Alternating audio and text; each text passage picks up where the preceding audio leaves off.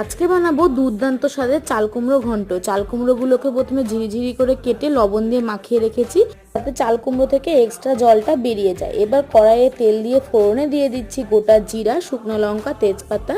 ফোড়নটা হালকা ভাজা ভাজা হয়ে গেলেই দিয়ে দেব জল ঝরিয়ে রাখা চাল কুমড়ো। জল ঝরিয়ে রাখার সময় আমি লবণ দিয়েছি, তাই আর লবণ ব্যবহার করব না। এবার দিয়ে দিচ্ছি হলুদ গুঁড়ো, দিয়ে ভালো করে মিশিয়ে ঢাকা দিয়ে সেদ্ধ হতে দেব। ঢাকনা তুলে নিচ্ছি। চাল কুমড়োটা আমাদের সেদ্ধ হয়ে গেছে, মাঝে 2-3 বার আমি নাড়াচাড়া করে নিয়েছি।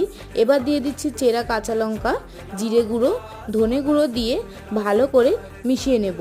এতে স্বাদটা আরও দুর্দান্ত হয় খেতে। এবার দিয়ে দিচ্ছি স্বাদ মতো চিনি। চিনি দিয়ে ভালো করে নাড়াচাড়া করে নেব। ব্যাস, আমাদের তৈরি হয়ে গেল দুর্দান্ত স্বাদের চাল কুমড়ো ঘন্ট। বাড়িতে অবশ্যই ট্রাই করবে। কেমন লাগলো আমাকে জানাবে। বাই।